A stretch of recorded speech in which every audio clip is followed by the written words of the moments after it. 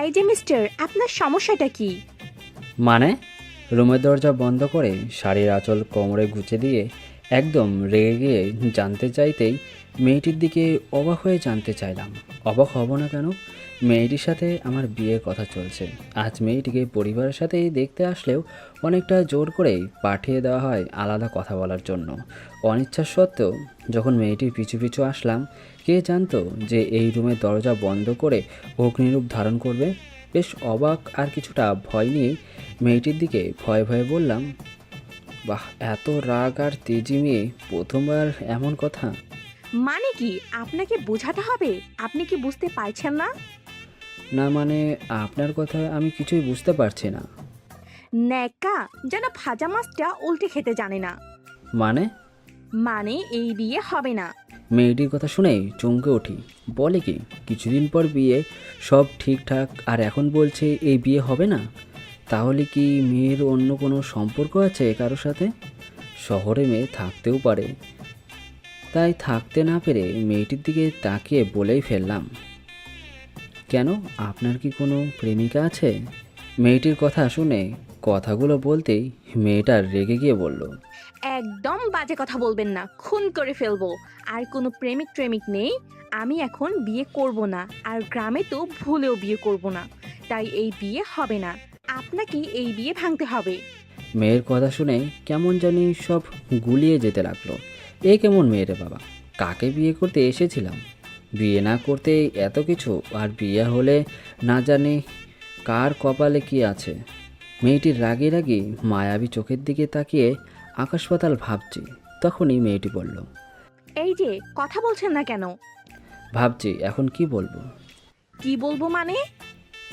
আমার কথা শুনে বেশ অবাক হয়ে জানতে চাইলে বেশ স্বাভাবিকভাবেই বললাম, আঙ্কেলকে গিয়ে বলবো আপনার মেয়ের বিয়েতে ইচ্ছে নেই, তাই এ বিয়ে হবে না। কি, পাগল নাকি? এই কথা ভুল করেও বললে একদম খুন করে ফেলবো। তাহলে? মেয়েটির রাগী চোখ দেখে ভয়ে ভয়ে তাকিয়ে জানতে চাইলাম। এমনিতেই এমনিতেই এখানে আসার পর থেকে ভয়ে ভয়ে ছিলাম।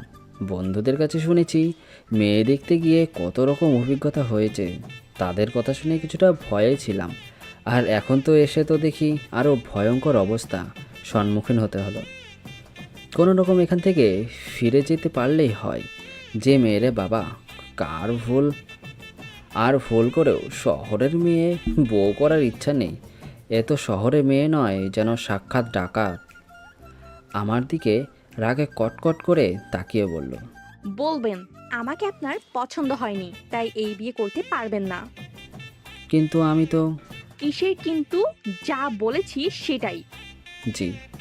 ভাইয়া, হবু ভাবিকে নিয়ে আসতে বলেছে।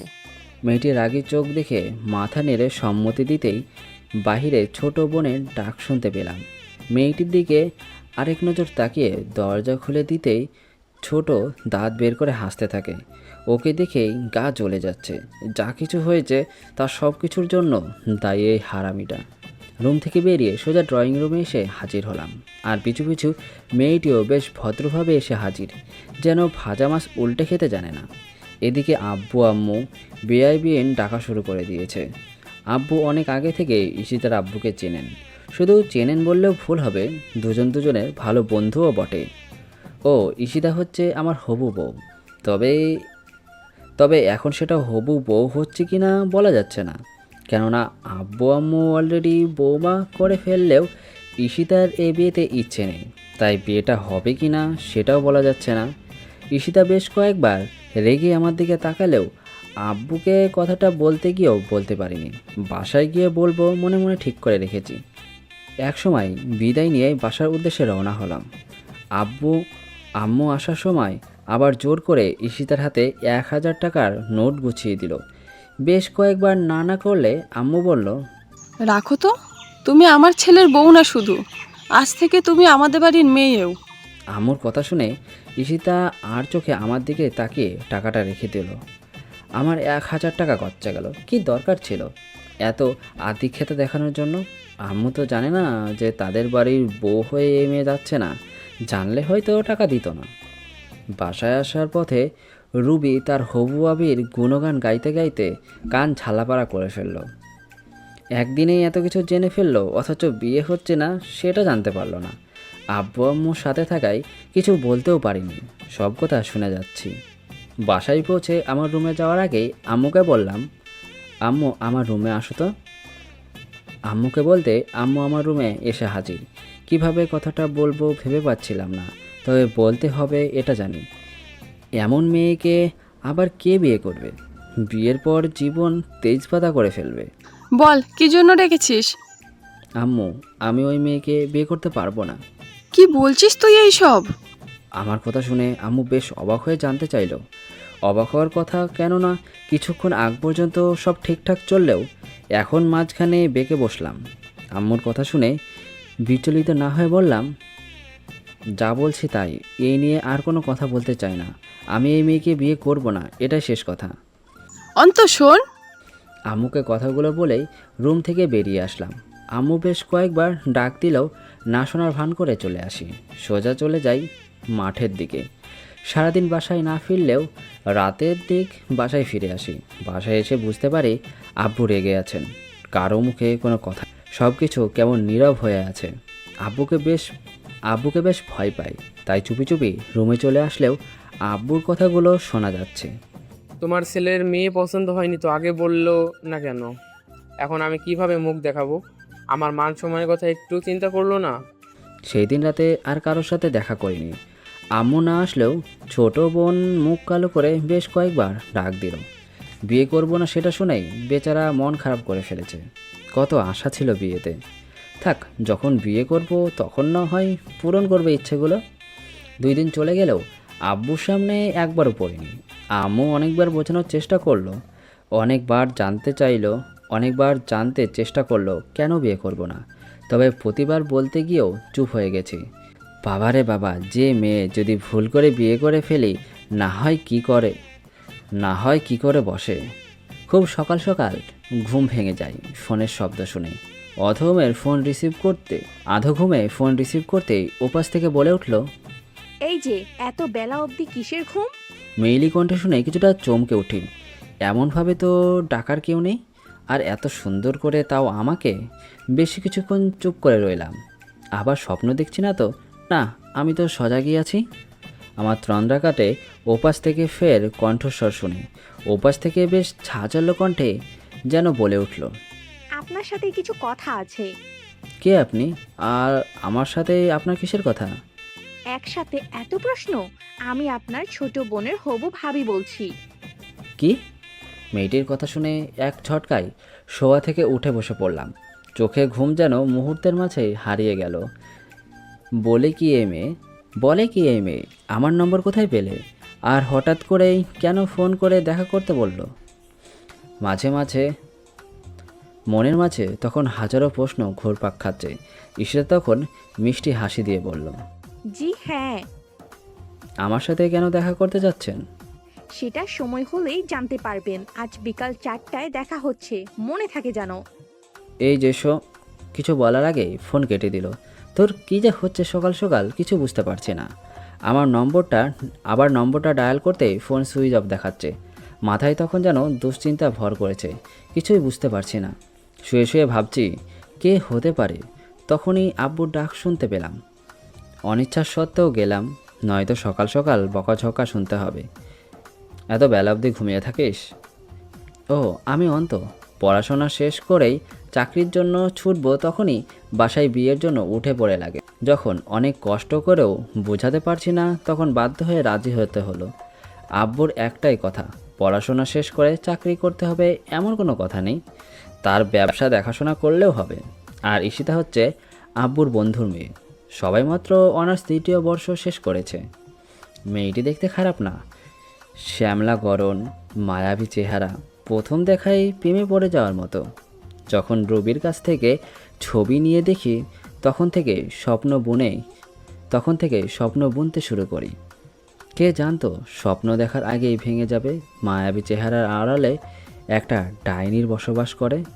স্যার কিছু লাগবে? হঠাৎ করেই ওয়েটার এসে বলল যে কখন থেকে অপেক্ষা করছি। কারোর জন্য অপেক্ষা যেন পৃথিবীর সব থেকে কঠিন কাজ। আর এখন আমি সেই প্রতীক্ষায় প্রতীক্ষিতমান। কিছু না বলেই ফিরিয়ে দিলাম। সেই কখন থেকে অপেক্ষায় আছি। 4:15 এখনও আসার খবর নেই। শুধুমাত্র ফোন পেয়ে দেখা করতে চলে এসেছি। এটা যে নেহাতেই বোকামো করে ফেলেছি বুঝতে পারছি। বিরক্ত হয়ে যাচ্ছি। সেই কখন থেকে বসা। চলে যাব তখনই এক সুন্দরী রমণী এসে বলল, আপনি কি মিস্টার অনন্ত? জি, তবে আপনাকে তো ঠিক চিনতে পারছি না। আমার কথা শুনে মেয়েটি হাসি মুখে হাত নাড়িয়ে বলল। আমি নীলিমা, ঈশিতার বান্ধবী। মেয়েটির কথা শুনে হাসি মুখে হাত বাড়িয়ে দিলাম। তবে কিছুটা খটকা লাগছে। হঠাৎ করে ঈশিতা না এসে বান্ধবী কেন আসলো? ঈশিতার বান্ধবী আমার দিকে তাকিয়ে বলল, ঈশিতার মুখে আপনার সম্পর্কে সব জেনেছি, তবে কি? আর ঈশিতা কোথায়? আমার কথা শুনে মুচকি হেসে বলল। ওই যে আপনার ঈশিতা আসছে। নীলিমার কথা শুনে তাকাতেই দেখি বেশ হাসি খুশি বেশ হাসি খুশি মনে হেসে হেসে কথা বলে এগিয়ে আসছে ঈশিতা। তবে ঈশিতা একা নয়, সাথে একজন ছেলে। খুব সম্ভবত একই বয়সের হবে কিংবা একই সাথে পড়াশোনা করে। তাহলে কি ঈশিতার... না, কি ভাবছি সেটা কি করে সম্ভব? ঈশিতা তো বলেছিল কারোর সাথে সম্পর্ক নেই। তাহলে কি মিথ্যা বলেছিল? ঈশিতাকে দেখে ভাবছি, তখনই নীলিমা বলে উঠল, কি এত মনোযোগ দিয়ে দেখছেন? কিছু না। ঈশিতা আর ছেলেটিকে পাশাপাশি মানিয়েছে, তাই না? নীলিমার কথা শুনেই বেশ কিছুক্ষণ তাকিয়ে রইলাম, যেন বুকের মাঝে কেউ আঘাত করছে। যাকে নিয়ে রোজ স্বপ্ন দেখা সেই মানুষটিকে অন্য কারো পাশে দেখব, সেটা তো ভাবতেও পারিনি। গলা কেউ যেন চেপে ধরে রেখেছে। কথা বলতে গিয়েও কথা বলতে পারছি না। নীলিমার দিকে তাকিয়ে দুরুসুরু কণ্ঠে মাথা নাড়িয়ে বললাম, হ্যাঁ, অনেক সুন্দর মানিয়েছে। জানেন, আমি অনেকবার বলেছি, তবে আমার কথা বিশ্বাস করতে চাই না। সেই কবে দেখে বলেছি তোরা দুজন অনেক তো প্রেম করবে লুকিয়ে লুকিয়ে, এখন বিয়েটা করে ফেল। নীলিমা আমার দিকে তাকিয়ে কথাগুলো বলতে থাকে যেন কাটা গায়ে নুনের ছিটে। নীলিমার কথাগুলো ঠিক এক মুহূর্তে মনে যেন কাটার মতো বিঁধছে। কিছু বলতেও পারছি না, আবার চুপ করে থাকতেও পারছি না।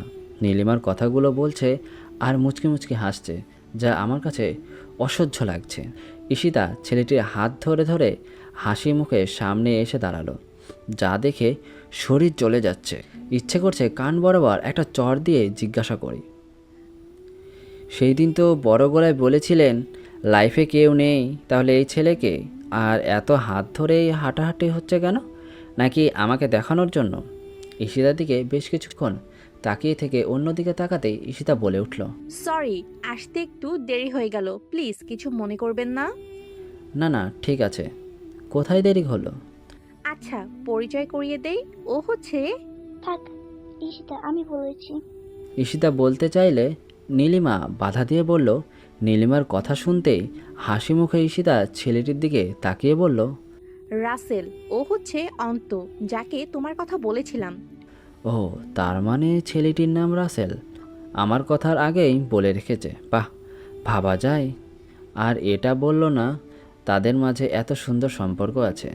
মনে মনে কথাগুলো বলে যাচ্ছে, তখনই ছেলেটি হাত বাড়িয়ে দিল। ভদ্রতার জন্য আমিও হাত বাড়ালাম। ওয়েটারকে বলে খাবার দিতে বললাম। ঈশিতা ছেলেটিকে কত নামে ডেকে যাচ্ছে, যেটা দেখে গা জ্বলে যাচ্ছে। আর নীলিমা শুধু মুচকি মুচকি হাসছে। ভদ্রতার জন্য আমিও মাথা নেড়ে সম্মতি দিয়ে যাচ্ছি। বাবু, এটা খাও, ওটা খাও। ঈশিতার 32 দাঁতের বাবুকে দেখে গা জ্বলে যাচ্ছে। ভাবছি কখন এখান থেকে যেতে পারবো। আমাকে দেখিয়ে যেন আর একটু আদর ঢেলে উঠছে। মাঝে মাঝে নিজের হাতে খাইয়ে দিচ্ছে। শুধু 32 দাঁতের বাবুটাকে নিজের মুখে চিবিয়ে খাইয়ে দিতে পারছে না। ঈশিতার কাণ্ডগুলো দেখে হাতগুলো শিশমিশ করছে। 32 বা চর দিয়ে 32 দাঁতের বাবু দাঁতগুলো ফেলে দিতাম, যেন চিরতরের জন্য বাবু হয়ে যায়। জান, তুমি এখানে বসে আড্ডা দিচ্ছ, আমি তোমাকে খুঁজতে খুঁজতে হয়রান।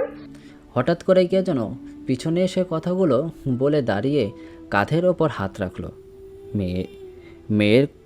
মেয়ের কণ্ঠে কথা শুনতেই পিছন ফিরে ভূত দেখার মতো চমকে উঠলাম। এ কি?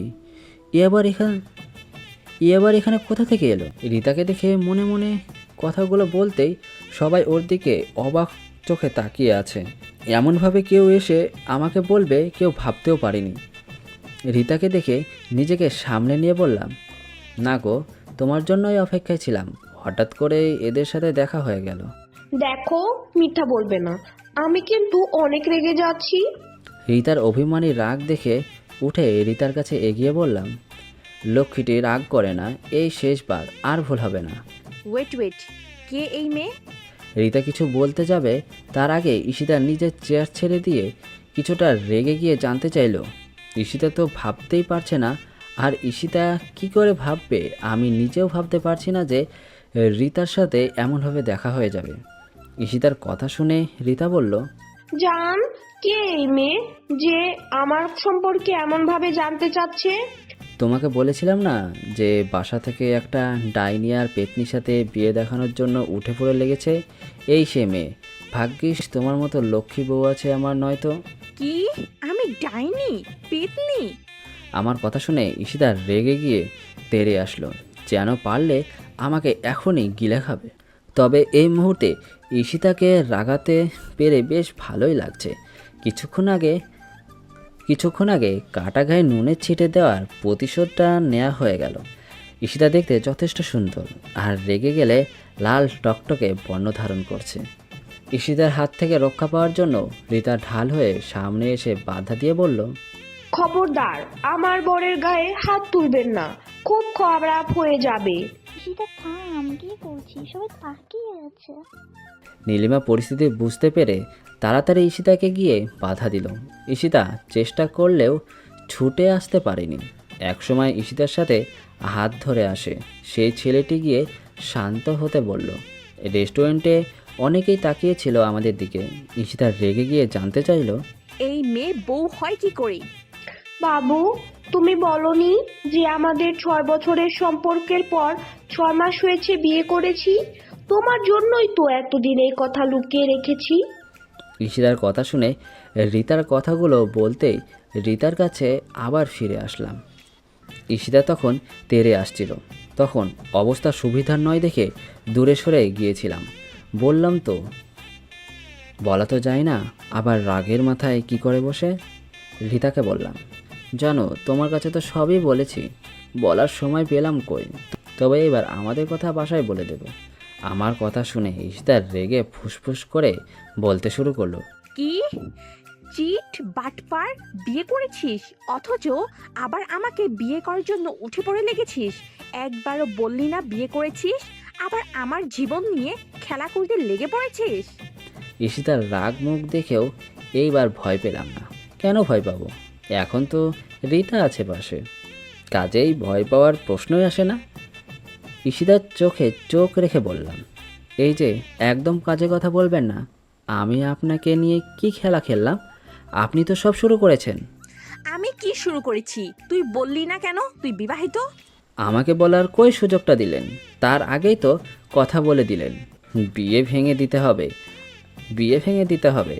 আর আপনার যে এমন 32 দাঁতের বাবু আছে সেটা তো বললেন না।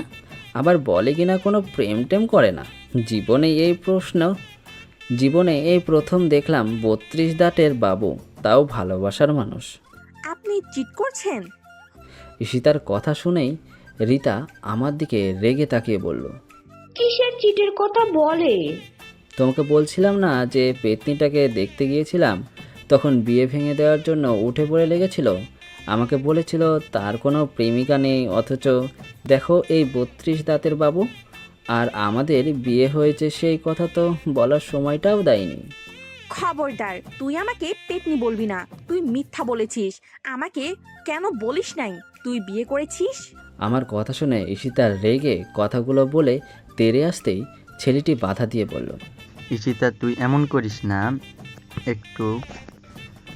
রাগ তোর ঈশিতা, তুই তোর প্রেমিকার হাত ধর, আমার হাত ছাড়।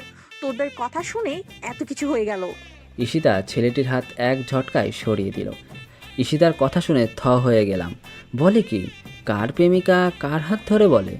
ঈশিতার কথা শুনে ওর দিকে তাকিয়ে আছি। তখনই নীলিমা বলল, আমি বলে করেছি রাসেল আমার পর, ঈশিতার চিঠো, আমাদের বুদ্ধিতে এত কিছু হয়েছে।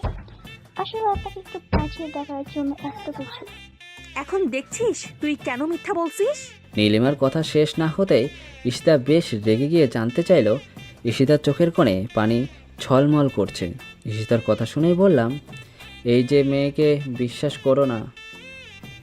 বিশ্বাস করো না, কথায় কথায় পল্টি মারে, আবার কবে না জানি বলে বসবে আমি বিয়ে করে ফেলেছি। আমার কথা শেষ না হতেই রীতা হাত ধরে বলল, চলো গো, এইসব ঝামেলা আমাদের থাকার দরকার নেই। তাদের ঝামেলা তারাই বুঝে নেবে। তুমি আজই বাসায় আমাদের বিয়ের কথা বলে দিবে। চলো, এখানে থাকার কোনো মানেই হয় না। রীতার কথা শুনে হাত ধরে চলে আসার পথেই ওয়েটার বিল নিয়ে এসে বলল। স্যার আপনাদের বিলটা। ওয়েটারের হাতে বিলের কাগজটা দিয়ে বললাম, এই যে দেখেছেন রেগে আছে মেয়েটা, উনি বিল দিবেন। ওয়েটারকে কথাগুলো বলে রীতার হাত ধরে বেরিয়ে আসার জন্য পা বাড়াতেই বিলের জন্য গেল ঈশিতার কাছে। আর চোখে তাকিয়ে দেখি ঈশিতা বিলের কাগজটা নীলিমার দিকে ছুড়ে দিয়ে চোখের পানি মুছতে মুছতে বেরিয়ে গেল। তাতে আমার কি, আমার তো বউ আছে। মামা, আজ তুই যা অভিনয়টা করলি না, সাক্ষাৎ সিনেমার টপ নায়িকা হতে পারতি। রীতার সাথে রেস্টুরেন্ট থেকে বেরিয়ে রিকশায় বসে হাসতে হাসতে কথাগুলো বললাম। রীতাও হাসতে হাসতে শেষ। আমাদের দুজনের হাসি দেখে রিকশাওয়ালা বেকুব সেজে রিকশা দাঁড় করিয়ে তাকিয়ে রইল। রীতা অনেক কষ্টে হাসি থামিয়ে বলল, শালা, তুই তো কম অভিনয় করতে পারিস না। ঈশিতাকে কেমন জব্দ করে ফেললাম। আজকে সেই হয়েছে, এসেছিল আমাকে জব্দ করতে। ভাগ্যিস তুই সময় মতো এসে হাজির। আর তুই যদি চোখ টিপ না দিতি তাহলে কিছুই বুঝতাম না। মেয়েটা চেয়েছে কি, বারবার আমার কাজিনকে বোকা বানাবে। দেখ আজকে কেমন কান্না করতে করতে গেল। আমার কথা শেষ না করতেই রীতা হাসি থামিয়ে বলল, দে 1000 টাকা দে। কি টাকা? কেন? বারে, তোর জন্য এত সুন্দর অভিনয় করলাম, আর ট্রিট দিবি না? তাই বলে 1000? রীতার কথা শুনে চমকে উঠলাম। বলে কি? আমাকে চমকে দিয়ে বলল, জি, বন্ধু বান্ধবের সাথে ঘুরতে যাব তাই। তোর রেস্টুরেন্টের বিল বাঁচিয়ে দিলাম, আর 1000 টাকা দিতে পারবি না? আবার হবু বউয়ের সাথে দেখা করতে চলে যাও। যা, এত টাকা নেই, দিতে পারবো না। আমার কথা শুনে রীতা হাসি মুখে বলল, টাকাটা দিবি নাকি আবার অভিনয় করতে হবে? না, এই নে টাকা। রীতার কথা শুনেই নয়তো যে মেয়ে আবার এখানে কি করে বসে কি জানি, টাকাটা নিয়ে হাসি মুখে নেমে যেতে যেতেই বলল, বাহ, রিক্সা ভাড়াটাও দিয়ে দিস। পরের বার কিন্তু ট্রিট চাই। কি সাংঘাতিক মেয়ে রে বাবা, এমন মেয়ে জীবনেও দেখিনি। তবে আমাকে মাঝে মাঝে বিপদ থেকে উদ্ধার করে। ও, রীতাকে সেটা বলা হয়নি। রীতা আমার কাজিন প্লাস ক্লাসমেট, যদিও হঠাৎ করে অসুস্থতায় পিছিয়ে পড়ে, তবে অনেক ভালো বন্ধু। ঈশিতা যখন এমন করলো তখন কিছুক্ষণ খুলে বলেছিলাম, আজ এমন হবে কেউ জানতাম না। হুট করে রীতা তখন এসে চোখ টিপ দিয়ে বলল, তখন বুঝতে অসুবিধা হয়নি। এর আগেও দুজনে বেশ ভালো অভিনয় করেছি, কেউ বুঝতে পারেনি। একদিন ট্রাফিক পুলিশ ধরলে রীতা বেশ অভিনয় করে ছুটিয়ে নিয়ে আসে। রীতা আমার বউ, আর তার আইসক্রিম খাওয়ার ইচ্ছে। অবশ্য সেই দিন ট্রাফিক পুলিশ ছেড়ে দিলেও পরের বার যেন ভুল না হয় সেটা বলে দিয়েছিল। আজও তার ব্যতিক্রম হয়নি, যথাসময়ে এসে হাজির। দূর থেকে দেখতে বুঝতে পারে। যদিও ঈশিতা ছবি দেখিয়েছিলাম, কিছুটা অনুমান করে নিয়েছিল। রীতা চলে যেতে 1000 টাকার আফসোস নিয়ে বাসার পথে রওনা হলাম। যদিও 1000 টাকার থেকে বেশি আফসোস হচ্ছে বেচারি ঈশিতার জন্য। যা ভেবেছিল তা হয়নি, উল্টো জব্দ হয়ে গেল। বাসায় আসতে পারিনি। বন্ধুদের সাথে দেখা হয়ে যাওয়াতে তাদের সাথে আড্ডায় চলে গেলাম। সন্ধ্যায় বাসায় ফিরতেই আম্মু ডাক দিল। আম্মুর ডাক শুনে কাছে যেতেই জিজ্ঞাসা করলো, তুই নাকি বিয়ে করেছিস? তোমাকে এ কথা কে বলল? যা জানতে চাইছি সেটার উত্তর দে। আম্মুর রাগী কণ্ঠ শুনে একটু রাগানোর জন্য বললাম, ভেবেছিলাম আজ বলবো, ভালোই হলো তুমি জেনে গেছো। কি? রুবি, ঝাড়ুটা নিয়ে আয়, আজ হাড্ডিগুলো এক করে ফেলবো। আম্মুর কথা শুনে রুবি আসছি বলে উঠল। এই সেরেছে, ফাজলামো করতে গিয়ে দেখি নিজের বিপদ ডেকে আনলাম।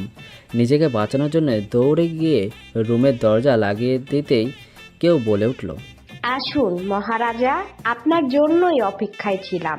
কথা শুনেই পিছনে তাকিয়ে ভূত দেখার মতো চমকে উঠে চিৎকার করে উঠলাম, এ কাকে দেখছি খাটের ওপর পা তুলে বসে আছে? ভূত! দ্বিতীয়বার চিৎকার করার আগেই দৌড়ে এসে মুখ চাপটে ধরে বলল, একদম চিৎকার করবি না, আমি ভূত না, তোর জম। মুখ থেকে হাত সরাতেই তুনিয়ে জানতে চাইলাম, হ্যাঁ আমি না তো কে থাকবে? বউ তো রুমেই থাকে, তাই না? আমি বিয়ে কখন করলাম? আমার কথা শুনে হাসি মুখে বলে উঠল, কেন, আজ না তুমি বললা আমাকে বিয়ে করেছো? কি? আমি তোকে বিয়ে করছি মানে? তুই এখানে আসলি কি করে? আমার রুমে কি করে আসলি? রিতাকে দেখে ভূত দেখার মতো চমকে উঠি। সেই সাথে রিতার কথা শুনে যেন মাথায় আকাশ ভেঙে পড়ে। বলে কি এই মেয়ে? রিতা তখন বলল, আমার ঘরে আমি থাকবো না তো কে থাকবে? দেখ, সব সময় ইয়ার কি ভালো লাগে না। আমি কি আর কি করছি না? আমার কথা শুনে রিতা পা জড়িয়ে ধরে। রিতাকে সরাতে চেষ্টা করলেও সরাতে পারছি না। রিতা পা জড়িয়ে ধরে অশ্রু চোখে বলল, ভাই, তোর পায়ে পড়ি, তুই আমাদের সম্পর্কটা বাঁচা। মানে কি? ভাই, তুই আমাকে বউ হিসাবে সবার সামনে মেনে নে, তাহলেই তো হয়। কি? ঋতুর কথা শুনে চমকে উঠি। বলে কি এই মেয়ে? মাথা ঠিক আছে নাকি আবার বন্ধুদের সাথে ঘুরতে যাবে সেই জন্য টাকা চাওয়ার নতুন আইডিয়া? রিতার কথা শুনে কিছু মাথায় যাচ্ছে না, সব কিছু যেন কেমন হয়ে যাচ্ছে। শালা যখন বন্ধুদের সাথে ঘুরতে যাবে তখনই এসে বান্দা হাজির। বেশ কয়েকবার বলেছি আমি কেন টাকা দেব। আমার কথা শুনে প্রতি উত্তরে রিতার একটাই কথা, বারে, তুই হলি আমার বন্ধু, সেই সাথে আমার ভাই, যদিও চাচাতো ভাই, তাতে কি, একই রক্ত যে। রিতার কথা শুনে মাঝে মাঝেই বলি, তোর ভাই দেখে কি টাকা দিতে হবে? আর আমার চাচার টাকা নিতে পারিস না? তোর বয়ফ্রেন্ডের কাছে টাকা চাইতে পারিস না? আমার কথা শুনেই দাঁত বের করে হাসি দিয়ে বলে, হে হে হে, বাবার টাকা তো কতবার নিব, প্রতি মাসেই তো নিচ্ছি। শুনতে পারলে আম্মু ঝাড়ও পেটা করবে। আর বিয়ের পর ভালোবাসার মানুষের টাকা তো আমার টাকা, তখন তো সব টাকা শোধ করে দেব। এখন ওর কাছে টাকা চাইবো কেন? এখন কথা কম বলে দে না টাকা। রিতার সাথে কথায় না পেরে টাকা দিতেই হয়। শালা এমন হারামি মন জীবনও দেখিনি। রিতার সাথে থেকে রুবিটাও আজকাল কেমন হারামি হয়ে যাচ্ছে। বিয়ের পর না জানি পরের জীবন তেনা তেনা করে ফেলে। এই তো কয়দিন হুট করে দোকানে এসে হাজির, আব্বু বাসায় গেছে, তখনই এসে রিতা হাজির। রিতা এসেই বলা শুরু, এই অন্তত 500 টাকা দে তো। রিতার কথা শুনে চমকে উঠি। কি? এত বড় স্পর্ধা আমার নাম ধরে ডাকে? রিতার ভাবসাব দেখে মনে হচ্ছে কোনো লাট সাহেব, আর আমি তার কর্মচারী। রিতার কথা শুনে রেগে গিয়ে বললাম, তোর সাহস কি করে হলো আমার নাম ধরে ডাকার? আর কিসের টাকা দিব? সরি, ভুল হয়েছে ভাই, 5 টাকা দে তো। এই তো লাইনে আসছিস, যা ভাগ, টাকা নেই। টাকা কি গাছে ধরে যে চাইলেই দিয়ে দিব? আমার কথা শুনে রিতা বেশ রেগে গেল। রেগে গিয়ে বলল, কি টাকা দিবি না? না দিব না, যা ভাগ। দেখ, ভালো হচ্ছে না কিন্তু। তুই যা পারিস কর। আমার কথা শুনেই রিতা রেগে জোরে জোরে কথা বলতে শুরু করলো। কে জানতো তার মাথায় যে এমন বুদ্ধি খেলা করছে। বেশ কিছুক্ষণের মাঝে আশেপাশে মানুষ এসে হাজির। অবাক হয়ে রিতার কাণ্ড কারখানা দেখছি। তখনই রিতা সবার কাছে বলল, আমি নাকি 1000 টাকার নোট ভাঙানোর জন্য নিলেও তার টাকা ফেরত দিচ্ছি না। রিতার কথা শুনে থ বনে গেলাম। কি বলে এই মেয়ে? আমার কথা কেউ তখন বিশ্বাস করছে না। প্রমাণস্বরূপ 1000 টাকার নোট সে যে ড্রয়ারে রেখেছি সেটাও বলল। প্রমাণস্বরূপ 1000 টাকার নোট ড্রয়ারে রেখেছি সেটাও বলল। আমার মাথায় কিছুই কাজ করছে না। তখন বুঝতে পারলাম, যখন 1000 টাকার নোট রেখেছি তখন সেটা খেয়াল করেছে। কিছুক্ষণ পরে আব্বু এসে হাজির। শেষমেশ যখন আব্বু শুনল তখন হেসেই শেষ। অবশ্য আব্বু বুঝতে পেরেছিল। সেই থেকে রিতা অনেক কাণ্ডের সাক্ষী। এই মেয়েকে বিশ্বাস করা যায় না, কি জানি আবার কোন মতলব নিয়ে এসেছে। কোনো কিছু না ভেবেই মানিব্যাগ রিতার হাতে দিয়ে বললাম, ভাই তোর হাতে ধরি, যা টাকা লাগে এখান থেকে নিয়ে যা, লাগলে আরও দিব। যেখানে ইচ্ছে বন্ধুদের সাথে ঘুরে আয়, বাসায় যা বলার আমি বলবো, তুই এমন ইয়ার্কি করিস না। দেখ এমনি ভয়ে আর টেনশনে আছি। আমার মানিব্যাগ আমার হাতে ফিরিয়ে দিয়ে বলল, রাখ তোর টাকা, আগে আমাকে এই বিপদ থেকে উদ্ধার কর, না হলে আমি সবাইকে বলে দেব তুই বিয়ে করেছিস আমাকে। তুই এমন করছিস কেন, কি হয়েছে? আমার কথা শুনে রিতা বলতে শুরু করলো, তোর কাছ থেকে টাকা নিয়ে বান্ধবীদের সাথে আড্ডা দিতে গিয়েছিলাম, আড্ডা দিতে আইসক্রিমের দোকানে চলে যাই, সেখানে গিয়ে তো যত ঝামেলা হয়েছে। কি? রিতার কথা শুনে চোখ বড় বড় করে জানতে চাইলাম।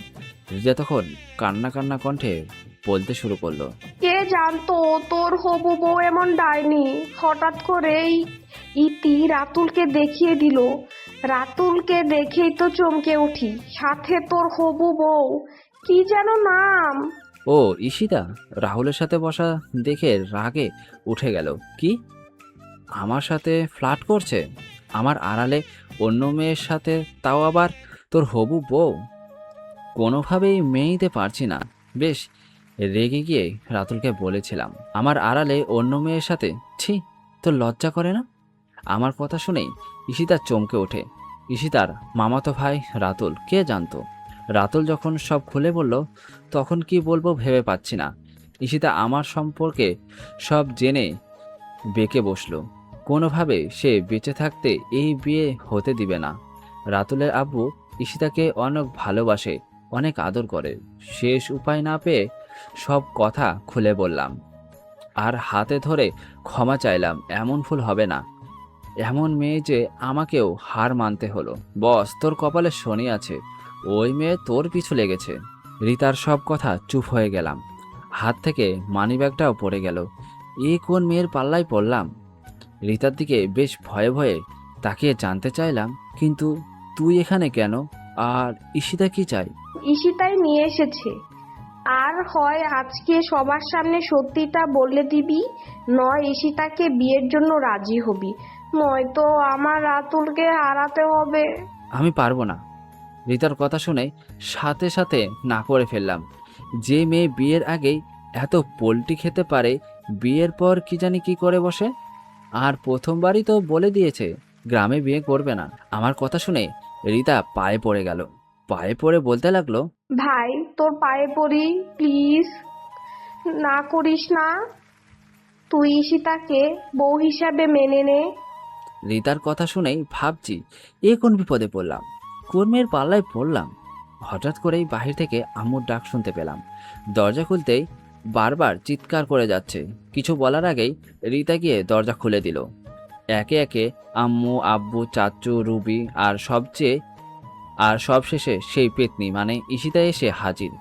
সবাই চুপ করে চিড়িয়াখানার বাদর দেখার মতো আমার দিকে তাকিয়ে রইল। আম্মু এসেই হুঙ্কার দিয়ে জানতে চাইল, কি শুনছি এইসব? ছি, তুই এমন করবি ভাবতেও পারিনি। আম্মুর কথা শুনে একবার রিতার দিকে আবার ঈশিতার দিকে তাকালাম। তারপর আম্মুকে বললাম, আম্মু তুমি কি ওদের কথা বিশ্বাস করে ফেলেছো? ওরা কি মিথ্যে কথা বলছে? আর সব কিছুই তো আমার নিজের চোখে দেখা। আমাদের ছেলে হয়ে এমন কাজ করলি? একবারও মান সম্মানের কথা ভাবলিও না? আম্মুর কথাগুলো বলেই কান্না করে দিল। আম্মুর কান্না দেখে চুপ হয়ে গেলাম। কোনোভাবে বুঝতে পারছি না, আমার কথা শুনতেই চাচ্ছে না। এই হচ্ছে মেয়েদের নিয়ে এক সমস্যা। একবার কান্না শুরু করলে থামার লক্ষণই নেই। হিমালয় গলে পানি হয়ে যাবে, তবুও যেন তাদের কান্না থামবে না। কি করব ঠিক এই মুহূর্তেই কিছুই মাথায় আসছে না। আম্মুকে কিছু বলতে যাব, ঠিক তখনই আব্বু এসে হাজির। আব্বুকে দেখেই গলার পানি শুকিয়ে গেল। এই কাজ সেরেছে, যদি আব্বু জানতে পারে, না জানি আবার কপালে কি আছে। আব্বুকে দেখে ভয়ে ঈশিতা পিছনে দাঁড়ালেও ঈশিতা সরে যায়। ঈশিতা সরে যেতে আব্বু বলে উঠল, এখন এই মেয়ের পিছনে কেন লুকাস? যখন আমাদের না জানিয়ে বিয়ে করে ফেলছিস তখন মনে ছিল না? আব্বু তুমিও? আব্বুকে কিছু বলার আগে আব্বু বলে উঠল, চুপ কর বেয়াদব, আর একটা কথা বলবি না। যা করার তো করে ফেলছিস, আমাদের মান সম্মানের দিকে একবারও তাকালি না। আব্বুর ধমক শুনে চুপ হয়ে গেলাম। আব্বু যে অনেক রেগে আছে তাই কোনো কথা বলা যাবে না। ইচ্ছে হচ্ছে ঈশিতা ডাইনি আর রিতাকে থাপ্পড় দিয়ে দাঁতগুলো ফেলে দিতে। তাদের জন্যই এত কিছু, আমার কথাই শুনতে চাচ্ছে না। সব থেকে বেশি রাগ হচ্ছে ঈশিতার প্রতি। এত বড় হারামি যে নিজেই এত কিছু করে এখন আমাকে খলনায়ক করে নিজেই সবার কাছে নায়ক বনে গেল। ও না না, নায়িকা হবে। নিজের মনে মনে কথাগুলো বলছি, তখনই আব্বু বলে উঠল, এই জন্য ঈশিতাকে বিয়ে করতে যাসনি? ভাগ্যিস মেয়েটা লোক জানার আগেই আমাকে বলে দিয়েছে, নয়তো মান সম্মান সব ধুলাই মিশে যেত। একবারও জানানোর কথা ভাবলি না? এতটাই পড়ছিলাম। আব্বুর কথা শুনে থো হয়ে গেলাম। বলে কি? সত্যি কাহিনীটা তো কাউকে বলতে পারছি না, কেউ শুনতেও চাচ্ছে না। সব দোষ আমার। আর ওইদিকে রীতা হারামিটাও চুপ করে আছে। মনে মনে নিজের আপদ গুনে যাচ্ছি। না জানি আর কত কিছু শুনতে হবে। কার মুখ দেখে যে ঘুম থেকে উঠেছিলাম জানি না। এমন হবে জানলে কে করতে যেত এত অভিনয়। আর ঈশিতাও যে কম নয় সেটা বেশ বুঝতে পারলাম। রীতাকে ভয় দেখিয়ে যা ইচ্ছে করাচ্ছে, এর শেষ দেখে নিব। আম্মু তখন কান্না কান্না কণ্ঠে বলল। এখন কি হবে? আম্মুর কণ্ঠ শুনে আব্বু ধমক দিয়ে বলল, কি মনে মনে বিড়বিড় করছিস? কি বলেছি কানে যায় না? আব্বুর কথা শুনেই মনে কিছুটা সাহস পেলাম। এই তো এখন মোক্ষম সময়, এখনই যা করার করতে হবে। আমাকে এত জ্বালিয়ে নিজে সুখী থাক, আমাকে এত জ্বালিয়ে নিজেরা খুব হাসি তামাশা করছো না? এখন দেখো তোমাদের কি হাল করি। মনে মনে কথাগুলো বলছি, তখনই আব্বু রাগী কণ্ঠে জানতে চাইল, আব্বু আমি রীতাকে বউ করে ঘরে আনতে চাই। আমার কথা শুনে যেন রীতার পায়ের মাটি সরে গেল।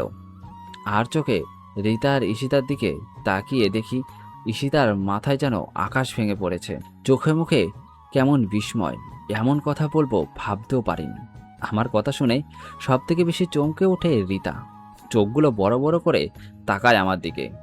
এমন কিছু বলে ফেলবো ধারণার বাহিরে ছিল। যেন ভয় আর কান্না পেয়ে বসলো। রীতার দিকে তাকিয়ে থাকতেই আব্বু আমাকে ফের বলল, রীতার আব্বুর সাথে কথা বলি, দেখি বিয়েটা পারিবারিকভাবে যত তাড়াতাড়ি সম্ভব করিয়ে ফেলি।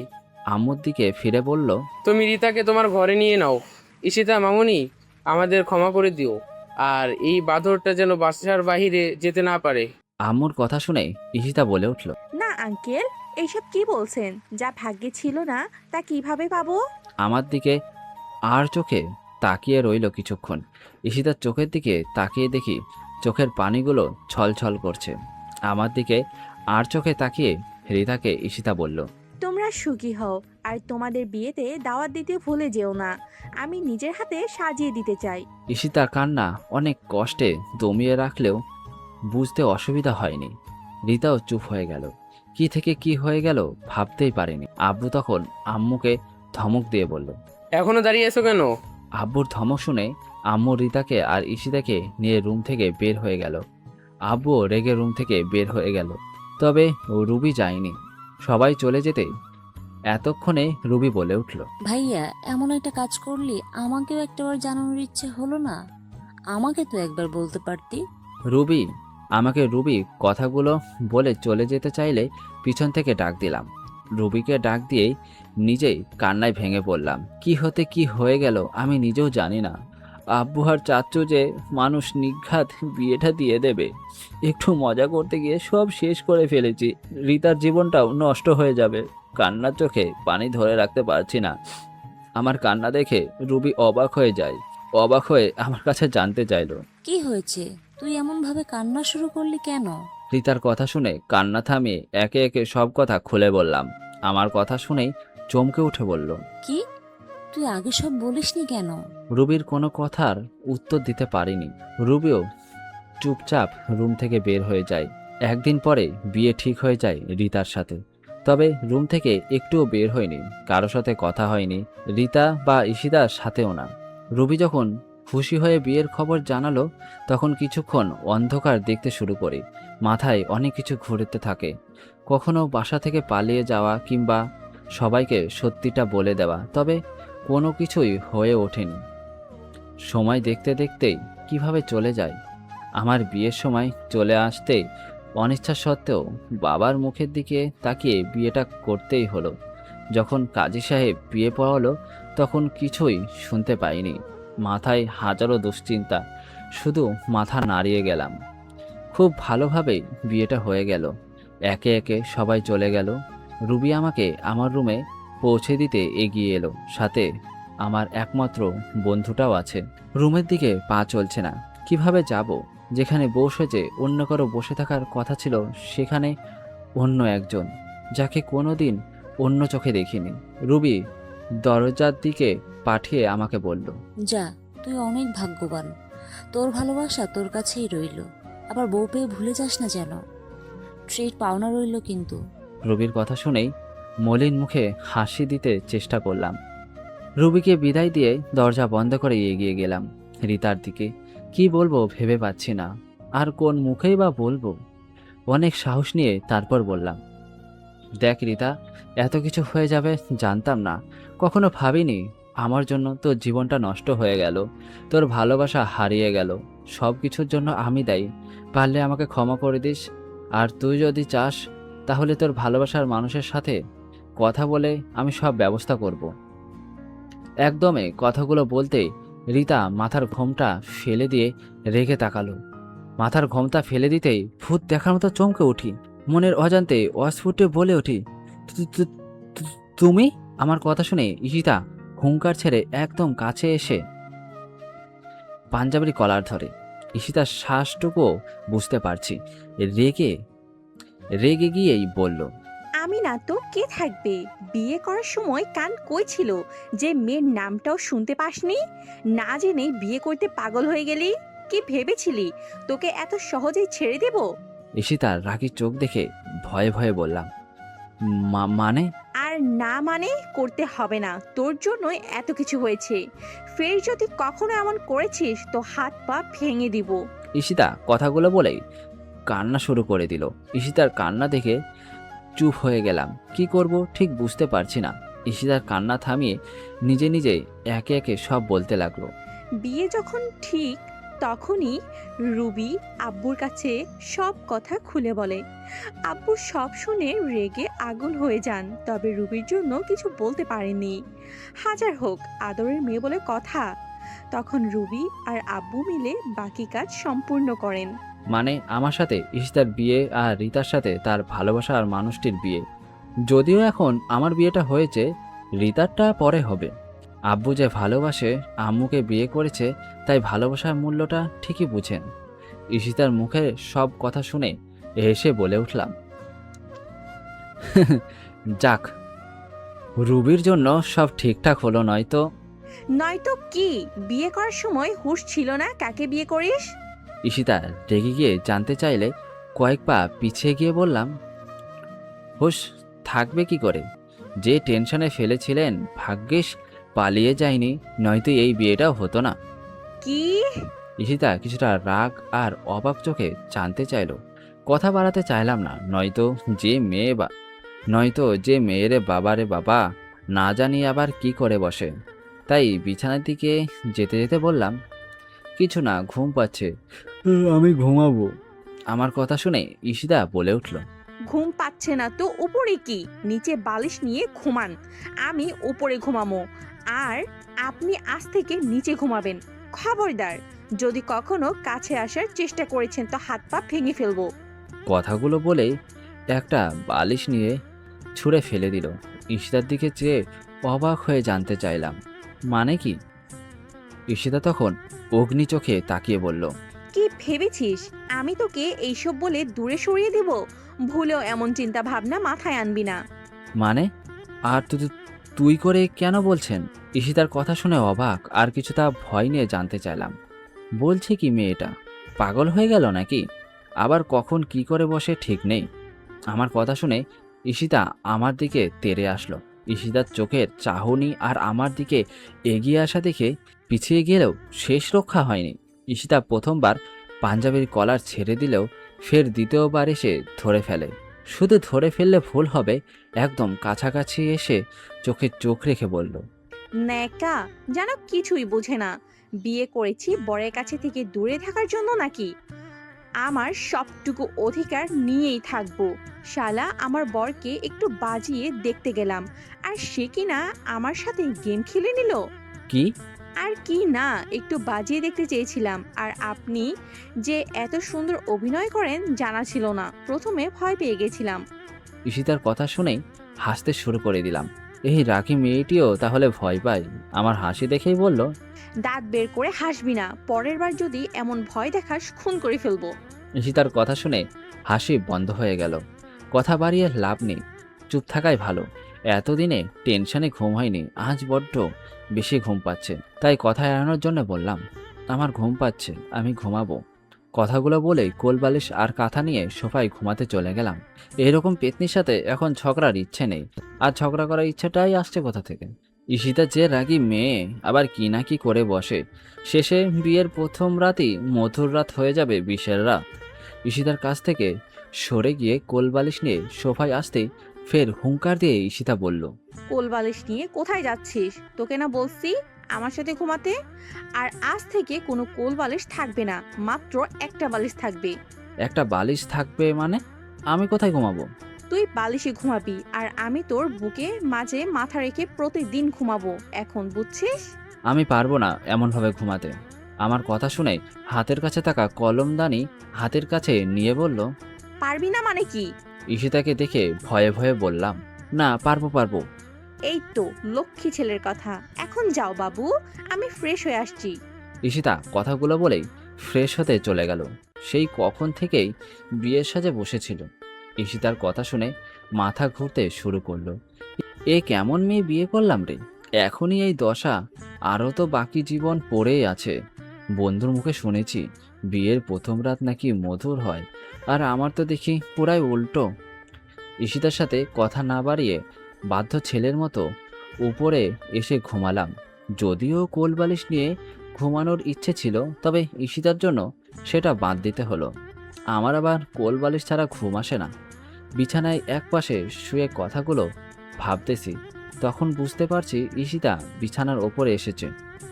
দেখার ইচ্ছে থাকলেও অনিচ্ছায় অন্যদিকে ফিরে শুয়ে রইলাম। কি জানি যদি আবার। হঠাৎ করে ঈশিতা জড়িয়ে ধরে বলল, এই যে মিস্টার, কি ভাবছেন? ঈশিতা জড়িয়ে ধরা দেখে চমকে উঠি। তাড়াতাড়ি নিজেকে সরিয়ে নিতে চেষ্টা করলেও ঈশিতা যেন আরও চাপটে ধরে। এ কি করছেন? ছাড়েন আমাকে, আপনার লজ্জা করে না? আমার কথা শুনেই ঈশিতা হেসে উঠে বলল, বাহ রে, আমার বরকে জড়িয়ে ধরবো, আর এতে লজ্জার কি আছে? তাই বলে? তাই বলে কি, দাঁড়াও দেখাচ্ছি। ঈশিতার কথাগুলো বলেই ঠোঁটগুলো নিজের আয়ত্তে নিয়ে নিল। তারপর, না থাক, এত কিছু জানার দরকার নেই। এই যে ওঠেন, আজান হচ্ছে, নামাজ পড়তে হবে। ঈশিতার ডাক শুনে ঘুম ঘুম চোখে তাকিয়ে দেখি ঈশিতা ফ্রেশ হয়ে একদম অপসরীর মতো সেজে সামনে দাঁড়িয়ে আছে। যদিও এই মুহূর্তে কোনো অপসরী দেখার ইচ্ছা নেই, কেননা অনেক ঘুম পাচ্ছে। আমি আবার এক ঘুম পাগল, এই জন্য কত কি হয়েছে। ঈশিতাকে এক নজর দেখে পাশ ফিরে শুয়ে পড়লাম। বিরক্ত করো না তো, একটু ঘুমাবো।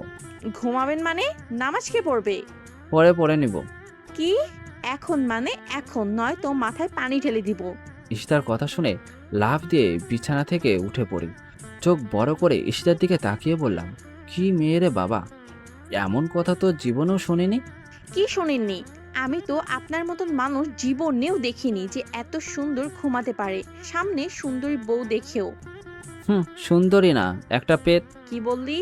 না কিছু না, নামাজ পড়বো সেটা বললাম। আমার স্বাদের ঘুম হারিয়ে গেল। আগে জানলে এমন বিয়ে জীবনেও করতাম। সারা জীবন অবিবাহিতদের কাতারে নাম লিখে রাখতাম। অনিচ্ছা সত্ত্বেও বাধ্য ছেলের মতো উঠে ফ্রেশ হয়ে নামাজ পড়তে চলে গেলাম। কথা বাড়িয়ে লাভ নেই আর, যদি পেটনিদা বলে ফেলে তাহলে হয়েছে। নামাজ পড়ে আবার ঘুমোতে চলে গেলাম। যদিও এবারে নিজের ইচ্ছেতেই ঈশিতাকে কাছে টেনে নিলাম। ঈশিতার বুকের মাঝে জড়িয়ে পড়ে, ঈশিতাকে বুকের মাঝে আগলে নিলাম। কতক্ষণ ঘুমিয়েছিলাম জানা নেই। হঠাৎ করে ঈশিতার ডাকে ঘুম ভাঙে। সকালে নাস্তা খাওয়ার জন্য যেতে বলল। ঈশিতাকে দেখে কাছে নিতে চাইলে সেটা বুঝতে পেরেই বুকের মাঝে আলতো কিল দিয়ে পালিয়ে গেল। পিছন থেকে ধরতে গিয়েও ধরতে পারিনি। এখন তো পালিয়ে গেলে পরের বার প্রতিশোধটা নিব। ঈশিতাকে কথাগুলো বলতেই ওই দরজার আড়াল থেকে মুখ ভেঙচি কেটে চলে গেল। সবার সাথে নাস্তা খেতে বসলেও ঈশিতা উল্টো দিকে বসলো। সবাই একসাথে, তাই ইচ্ছে করেও ঈশিতার পাশে গিয়ে বসতে পারেনি। ঈশিতার দিকে তাকালেই মুখ ভেঙচি কেটে দেয় সবার চোখের আড়ালে। খাওয়া রেখে ভাবছি ঈশিতাকে কিভাবে টাইট করা যায়। হঠাৎ করে আব্বু ধমক দিয়ে বলে উঠল, খাওয়া রেখে কি ভাবছিস? কি বললি, কথা কানে যায় না? আব্বুর ধমক শুনে সাথে সাথে বলে উঠি, হ্যাঁ হ্যাঁ। কি হ্যাঁ, এতক্ষণ ধরে কি বলছি? না মানে কিছু বুঝিনি। বুঝবা কি করে? আব্বু আর কিছু বলার আগেই আম্মু থামিয়ে দিয়ে বলল, চুপ করো তো, তখন শুনতে পাইনি, এখন আবার বললেই হয়। আম্মুর কথা শুনে আব্বু কিছুটা শান্ত হলো। মাঝে মাঝে আম্মুর কথা শুনে একদম শান্ত ছেলে হয়ে যায়, যেন কিছুই বোঝে না। তখন সেটা দেখে অনেক হাসি পায়। অনেক কষ্টে হাসি থামিয়ে রাখি। আব্বু নরম গলায় বলল, সবাই মিলে একসাথে ঘুরতে যাব, তোমার কোনো আপত্তি আছে? আব্বুর কথা শুনে ঈশিতার দিকে আর চোখে একবার তাকালাম। দেখি খাবার দিকে মনোযোগ দিতে বৃথা চেষ্টা করছে। তখনই আব্বুকে বলে উঠি, না না, আমার কোনো আপত্তি নেই। কবে যাবে? পরশু যাব, আজকালকের মাঝেই সব ঠিকঠাক করে ফেলবো। জি আব্বু, আপনি যা বলেন। চুপচাপ খাওয়া শেষ করে ঈশিতাকে ডাকলেও আসেনি। আজকে অজুহাত দেখিয়ে থেকে যায়।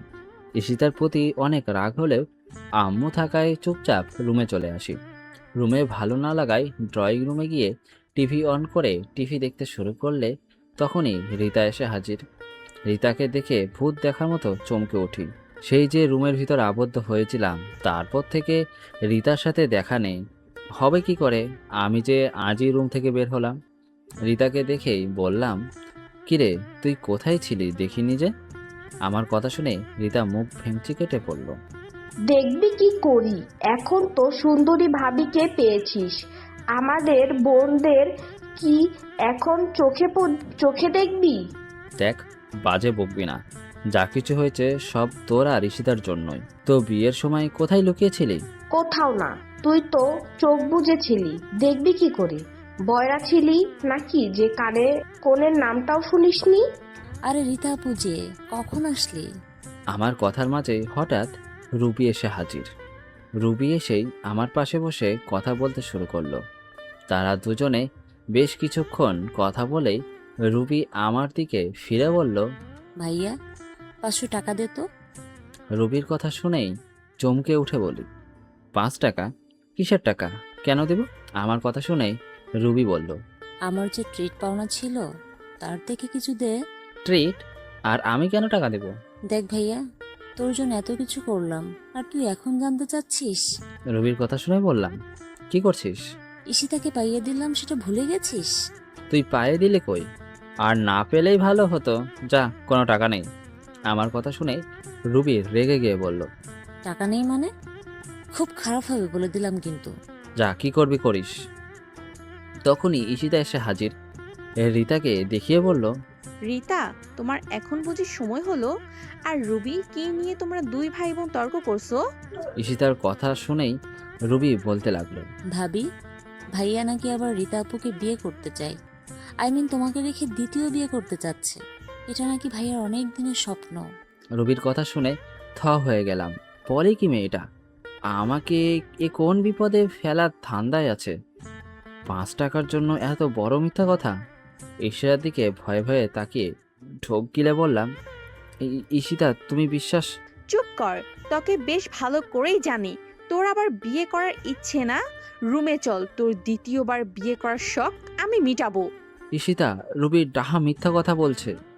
ওই কি মিথ্যে বলছে নাকি তুই বলছিস? রুমে চল। ঈশিতার কথাগুলো বলেই হাত ধরে রুমের দিকে টানতে টানতে নিয়ে যেতে থাকলো। ঈশিতার দিকে অসহায়ভাবে তাকালেও ঈশিতার কোনো মায়া দেওয়ার লক্ষণ নেই। কে যে বলেছিল এমন দজ্জাল মাইয়ার বিয়া করার জন্য, না জানি কপালে আজ কি আছে। রুবি আর রীতার দিকে একবার রেগে তাকালাম। দুজনেই দেখি মিটমিটি হাসছে। একবার পেয়েই তোদের মজা দেখাবো। এমন বরের কাছে বিয়ে দিব না 3 বেলা নিয়ম করে পেটাবে। দরকার হয় জামাইকে নিজে শিখিয়ে দেব। এমন বজ্জাত মেয়েদেরকে যদি না পিটাই তাহলে কপালে শান্তি পাবে না। ঈশিতা এসেই দরজা লক করে দিল। শাড়ির আঁচল কোমরে গুজে আমার দিকে তীব্রভাবে রেগে তাকিয়ে রইল। ঈশিতার চাহনি দেখে ভয়ে ভয়ে বললাম, শোনা বউ, তুমি বিশ্বাস করো, এমন কোনো কথা বলেনি, সব মিথ্যা কথা, রুবি এসব মিথ্যা বলেছে। হঠাৎ করে ঈশিতা হুঙ্কার দিয়ে বলে উঠল, রুবি মিথ্যা বলেছে নাকি তুই বলেছিস? আবার ইচ্ছে হলে বিয়ে করাবো, তবে আমার অধিকার একটুও ছাড় দিব না। বিয়ে করেছি, করা ঘন্টায় আমার অধিকার চাই। ঈশিতার কথার অর্থ কিছু বুঝতে পারছি না। কি বলছে এসব? সব কেমন মাথার ওপর দিয়ে যাচ্ছে, গুলিয়ে যাচ্ছে। ঈশিতার দিকে ভয়ে তাকিয়ে রইলাম। হঠাৎ করেই অভিমানী কণ্ঠে অন্যদিকে ফিরে বলতে লাগলো, আশা ছিল আমার বরটা একটু রোমান্টিক হবে, যখন রান্না করব জড়িয়ে ধরবে, দুষ্টুমি করবে, আদর করে খাইয়ে দিবে, সবার আড়ালে কাছে টেনে নিবে। আর এত কিছু দেখছি পুরাই উল্টা। এ কেমন বর জুটলো? মানে কি বলছো? তুই বুঝবি না, শিখাতে হবে। ঈশিতা কথাগুলো বলেই কিছু বোঝার আগে বুকের ওপর ঝাঁপিয়ে পড়ল। ঈশিতাকে সরাতে চেষ্টা করেও আবার কি মনে করে কাছে টেনে নিলাম। ঈশিতার ঠোঁটের উষ্ণতার অনুভবে নিজেকে হারিয়ে ফেললাম। একে অপরের উষ্ণতাগুলো অনুভব করছি। ঠিক তখনই বাহিরে আম্মুর কণ্ঠ শোনা গেল, ঈশিতাকে ডাকছে তাড়াতাড়ি রেডি হয়ে মার্কেটে যাওয়ার জন্য। এক ঝটকায় ঈশিতা সরে গেল আম্মুর কণ্ঠ শুনে। ঈশিতার কাছে যেতে চাইলে বুকের ওপর হালকা কিল দিয়ে পালিয়ে গেল। সারাদিনের মাঝেও ঈশিতা কাছে আসেনি। কাছে যেতে চাইলে আম্মুর পিছু পিছু থাকে আর মিটিমিটি হাসে। একবার পেয়ে নেই, মজা দেখাবো। এর মাঝেই সব ঠিক করে ফেললো আব্বু। পরের দিন রাতে আমাদের রওনা দিতে হবে। ঈশিতা আম্মুকে রান্নার কাজে সাহায্য করছে। বেশ কয়েকবার গিয়েও ব্যর্থ হয়ে ফিরে আসি। যখন রান্নাঘরে বারবার যেতে থাকি তখন আম্মু বলে ওঠে, এত বিলাইয়ের মতন ঘুরঘুর করছিস কেন? যা, রান্না হলে খেতে দেব। আম্মুর কথা শুনে ঈশিতার দিকে তাকালাম। কি দরকার ছিল রান্নাঘরে আসার? আম্মু তো বারণ করেছিল নতুন বউ রান্না করতে হবে না। অবশ্য ফিরে আসার ইচ্ছে ছিল না, তবে ঈশিতার রাগী চোখ আর আম্মুর ধমক শুনে মন খারাপ করে ফিরে আসি। সেটা সেটা দেখে ঈশিতা হেসেই শেষ। রাতে খাবার খেয়ে রুমে এসে চুপচাপ টিভি দেখছি। ঈশিতা আম্মুর কাছে হেল্প করে এসে আমার পাশে বসলো। ঈশিতাকে দেখে না দেখে আর ভান করে টিভির দিকে তাকিয়ে রইলাম। হঠাৎ করে ঈশিতা বুকের মাঝে মাথা দিয়ে বলল, ওরে আমার জানু, রাগ করেছিস বুঝি? কথা বলতে না চাইলেও জোর করে জড়িয়ে ধরে। হুট করে গালে কিস দিয়ে বসে। হঠাৎ জোর করে টিভির রিমোট নিয়ে বলল, এই সব খেলা দেখি কি শিখছো? রোমান্টিক কিছু দেখতে পারো না? তাহলে তো রোমান্টিক হতে পারো। কথাগুলো বলেই সেই বিখ্যাত জলসা টিভির সিরিয়াল নিয়ে গেল। ঈশিতার দিকে চাইতেই, না থাক, এত কিছু বলার দরকার নেই। সারাদিনের ব্যস্ততার শেষে পরের দিন রওনা দিলাম। আমাদের গাড়ি নষ্ট বিধায় বাসে যেতে হলো। ঈশিতা জানালার পাশে বসলো। বাতাস এসে ঈশিতার চুলগুলো এলোমেলো করে দিল। বারবার ঈশিতার মুখ ঢেকে যাচ্ছি। অপূর্ব সুন্দর লাগছে। মাঝে মাঝে চুলগুলো সরিয়ে দিয়ে অপলকভাবে তাকিয়ে রইলাম। এত সুন্দর। ঈশিতার চুলগুলো বারবার মাথার কাছে চলে আসে। ঈশিতা বাহিরের দিকে অপলক দৃষ্টিতে তাকিয়ে রইল। চাঁদের আলোয় মন মাতানো দৃশ্য। অনেক দুষ্টুমি করে রাস্তা কাটালো। মাঝরাতে ঈশিতা বুকে মাথা দিয়ে ঘুমিয়ে পড়ে। খুব ভোরবেলায় পৌঁছে গেলাম। সবাই ফ্রেশ হয়ে রেস্ট নিতে চলে গেলেও ঈশিতার পাগলামির জন্য বাধ্য হয়ে রুম থেকে বের হতে হলো। বিশাল সমুদ্র দেখে যেন ছোট শিশু পানি দেখলে যেমন খুশি হয় তার থেকেও বেশি। নিষেধ সত্ত্বেও পানিতে ভিজল। শুধু একা নয়, আমাকেও ভিজালো। অনেক অনেক হইহুল্লোড় করে কাটলো। 3 দিন থাকার কথা। বাইরে বের হলে শিশুর মতো বায়না ধরে গোসল করবে, এখানে যাবে ওখানে যাবে, আর রুমে এসে শুরু হয় আরেক অত্যাচার। বাবু, আমার জ্বর আসছে, একটু জড়িয়ে ধরো, তোমার বুকে মাথা রেখে ঘুমাবো। ঈশিতার রোমান্টিক অত্যাচারের চালায় আমার ঘুমের 12টা বেজে গেল, সেই সাথে শান্তির। কে যে বলেছিল শহরের রোমান্টিক বউ বিয়ে করার জন্য আর এত রোমান্টিক হতে হয়। একবার ঈশিতাকে বেশ রেগে ধমক দিয়ে বলেছিলাম, জ্বর আসছে, তখন তো বারণ করেছি এত গোসল করতে হবে না। কে শোনে কার কথা? আমার কথা শুনে অভিমান করে কান্না কান্না কণ্ঠে বলে উঠল, তুমি আমাকে বকা দিয়েছো। কিছু বলার আগে কান্না শুরু করে দেয়। অনেক কষ্টে সেই কান্না থামালাম। যদি কেউ জানে হানিমুনে এসেছি আর বউ কান্না করছে, মান সম্মান কিছু থাকবে না। তার থেকে অত্যাচারগুলো মেনে নেওয়াটাই ভালো। আমারও তো অনেক ভালো লাগে। পরের দিন আবার শুরু হলো। সবার সাথে ঈশিতা গোসল করছে, আমি ছাতা নিয়ে বসে আছি। ঈশিতার ছেলে মানুষে দেখছি। তখনই পাশ থেকে একজন বলে উঠল, ভাই হানিমুনে এসেছেন বুঝি? লোকটির কথা শুনে চমকে উঠি। পাশ ফিরে দেখি আমার সমবয়সী হলেও কেমন হতাশার ছাপ। মাথা নেড়ে সম্মতি জানিয়ে বললাম, হ্যাঁ ভাই। তখন লোকটি বলল, ভাই জীবনটা তেনা তেনা করে ফেলল। আগে জানলে বিয়ে করতাম না। বইয়ের বায়না শেষ হয় না। এ দেখেন এখন গোসল করছে, মাঝরাতে হুট করে বায়না ধরে গান শোনাতে। ভাই আগে জানলে হানিমুন নামক এ কথা মুখেও আনতাম না। লোকটি এক গাদা ফিরিস্তি দিল। অনেক অনেক হতাশ মনে হচ্ছে বউয়ের অত্যাচারে। মনে মনে বলতে ইচ্ছে হলো, ভাই আসেন কপাল ঘষা দিই, আপনার থেকে কম না আমি। তখনই ঈশিতা ডাক দিল গোসল করতে। কিছু না বলেই মুচকি হেসে চলে গেলাম। কিছুক্ষণ পর দেখি লোকটিও মলিন মুখে আসলো। বেশ কিছুক্ষণ গোসল করে রুমে চলে আসি। তবে আজকের গোসল বেশি হয় নাই, যার দারুণ আজকে গোসল বেশি হয়ে যায়, যার দরুন ঠান্ডা লেগে যায়। তখন তো আরও বিপদ। ঈশিতার কি শাসন! কে বলেছিল গোসল করতে? এটা করো না, ওটা করো না, এটা খাও। তখন নিজেকে মনে হলো জেলখানার আসামি। বাসায় ফিরে আসি সবাই মিলে।